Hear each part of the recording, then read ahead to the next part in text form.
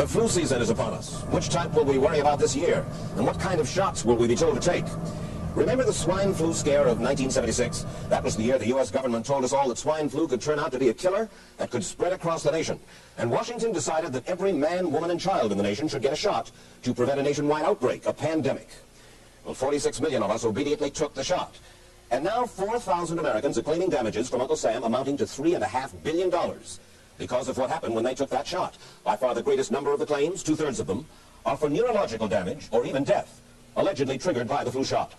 We picked up the story back in 1976 when the threat posed by the swine flu virus seemed very real indeed. This virus was the cause of a pandemic in 1918 and 1919 that resulted in over 500,000 deaths in the United States, as well as 20 million deaths around the world. See how easy it is to... Thus, the U.S. government's publicity machine was cranked into action to urge all America to protect itself against the swine flu menace. Influenza is serious business. During major flu epidemics, millions of people are sick and thousands die.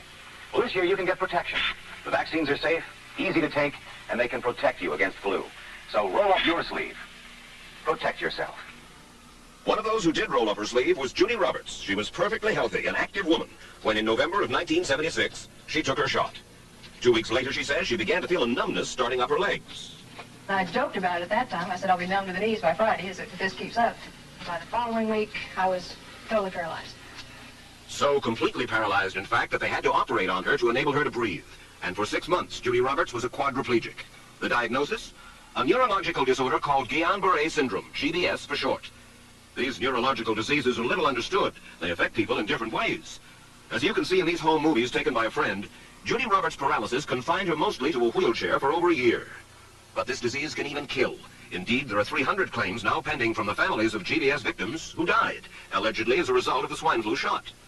In other GBS victims, the crippling effects diminish and all but disappear. But for Judy Roberts, progress back to good health has been painful and partial. Now, I notice that your smile, Judy, is a little bit constricted. Yes, it is. Is it different from what it used to be? Very different. I have a greatly decreased mobility in my lips.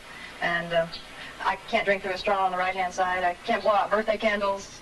I don't whistle anymore, for which my husband is grateful.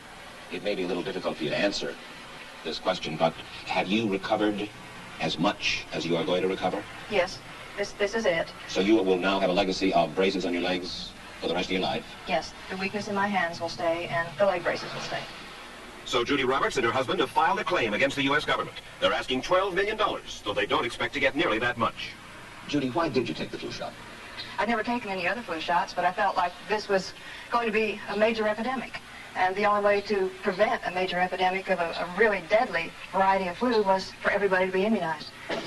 Where did the so-called deadly variety of flu, where did it first hit back in 1976? It began right here at Fort Dix in New Jersey in January of that year when a number of recruits began to complain of respiratory ailments, something like the common cold. An Army doctor here sent samples of their throat cultures to the New Jersey Public Health Lab to find out just what kind of bug was going around here. One of those samples was from a Private David Lewis who had left his sickbed to go on a forced march. Private Lewis had collapsed on that march, and his sergeant had revived him by mouth-to-mouth resuscitation. But the sergeant showed no signs of illness. A few days later, Private Lewis died. If this disease is so potentially fatal that it's going to kill a young, healthy man, a middle-aged school teacher doesn't have prayer. The New Jersey lab identified most of those soldiers' throat cultures as the normal kind of flu virus going around that year, but they could not make out what kind of virus was in the culture from the dead soldier and from 4 others who were sick. So they sent those cultures to the Federal Center for Disease Control in Atlanta, Georgia for further study. A few days later, they got the verdict, swine flu. But that much publicized outbreak of swine flu at Fort Dix involved only Private Lewis, who died, and those 4 other soldiers who recovered completely without the swine flu shot. If I had known at that time that the boy had been in a sickbed, got up, went out on a forced march, and then collapsed and died, I would never have taken the shot. The rationale for our recommendation was not on the basis of the death of a single individual, but it was on the basis that when we do see a change in the characteristics of the influenza virus, it is a massive public health problem in this country. Dr. David Senser, then head of the CDC, the Center for Disease Control in Atlanta, is now in private industry. He devised the swine flu program, and he pushed it. You began to give flu shots to the American people in October of 76. October 1st. By that time, how many cases of swine flu around the world had been reported? There had been several reported, but none confirmed. There had been cases in Australia that were reported by the press, by the news media. There were cases in... None confirmed. Did you ever uncover any other outbreaks of swine flu anywhere in the world? No. Now, nearly everyone was to receive the shot in a public health facility where a doctor might not be present.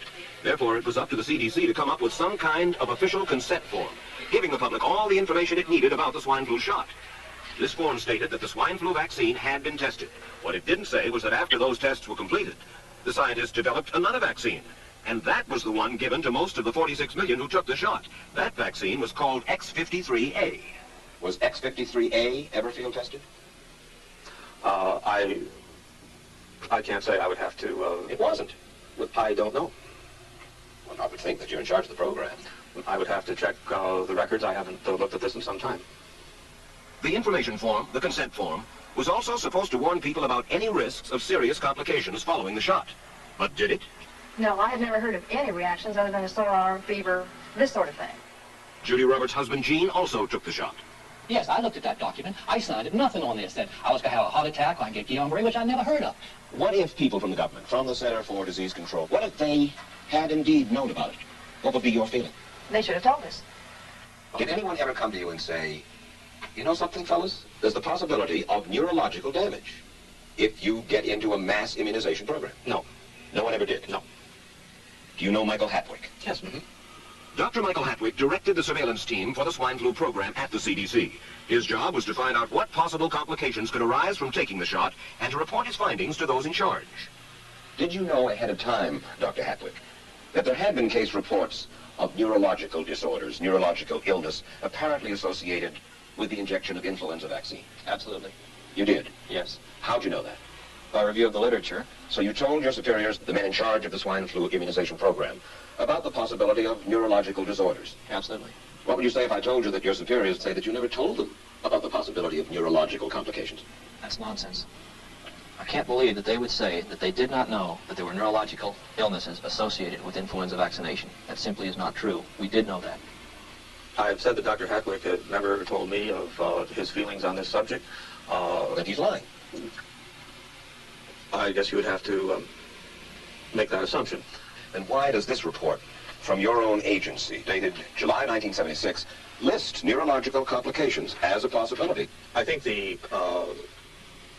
consensus of the scientific community was that the evidence relating neurologic disorders to influenza immunization was such that they did not feel that this association was a real one.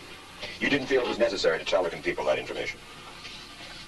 I think that over the years we have tried to inform the American people as fully as possible. As part of informing Americans about the swine flu threat, Dr. Sensor's CDC also helped create the advertising to get the public to take the shot. Let me read to you from one of your own agency's memos planning the campaign to urge Americans to take the shot. The swine flu vaccine has been taken by many important persons, he wrote. Example, President Ford, Henry Kissinger, Elton John, Muhammad Ali, Mary Tyler Moore, Rudolph Nureyev, Walter Cronkite, Ralph Nader, Edward Kennedy, etc., etc. True? I'm not familiar with that particular piece of paper, but I do know that at least of that group, President Ford did take the vaccination. Did you talk to these people beforehand to find out if they planned to take the shot? I did not know. Did anybody? I do not know. Did you get permission to use their names in your campaign? I do not know. Mary, did you take a swine flu shot? No, I did not. Did you give them permission to use your name saying that you had or were going to? Absolutely not. Never did. Did you ask your own doctor about taking the swine flu shot? Yes, and at the time he thought it might be a good idea. But I resisted it because I was leery of having the symptoms that sometimes go with that kind of inoculation. So you didn't? No, I didn't. Have you spoken to your doctor since? Yes. And? He's delighted that I didn't take that shot. You're in charge. Somebody's in charge. This is your advertising strategy that I have a copy of here. Who's it signed by? This one is unsigned. But you'll acknowledge that it was your baby, so to speak. It could have been from the Department of Health, Education, and Welfare. It could be from CDC. I don't know. I'll be happy to take responsibility for it. It's been 3 years now since you fell ill with GBS, right? Right. Has the federal government, in your estimation, played fair with you about your claim? No, I don't think so. It seems to be dragging on and on and on. And really, no end in sight that I can see at this point. With respect to the cases of Guillain-Barré, allegedly... Former Secretary of HEW Joseph Califano, too, was disturbed that there was no end in sight. So a year and a half ago, he promised that Uncle Sam would cut the bureaucratic red tape for victims suffering from GBS and would pay up quickly. We shouldn't hold them to an impossible or too difficult standard of proving that they were hurt. Even if we pay a few people a few $1,000s that might not have deserved it, I think justice requires that we promptly pay those people who do deserve it. Well, who's making the decision to be so hard-nosed about settling? Well, I assume the Justice Department is.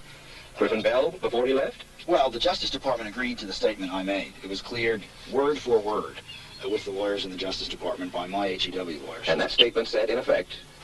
That statement said that we should pay Guillain-Barré claims without regard to whether the federal government was negligent if they resulted from the swine flu shot. I think the government knows it's wrong. If it drags out long enough, that people will just give up. Let it go. I am a little more adamant in my thoughts than my wife is, because I told Judy to take the shot. She wasn't going to take it, and she never had shots. And I'm mad with my government because they knew the facts, but they didn't release those facts because if they had released them, the people wouldn't have taken it. And they can come out tomorrow and tell me there's going to be an epidemic, and they can drop off like flies next to me. I will not take another shot that my government tells me to take. Meantime, Judy Roberts and some 4,000 others like her are still waiting for their day in court.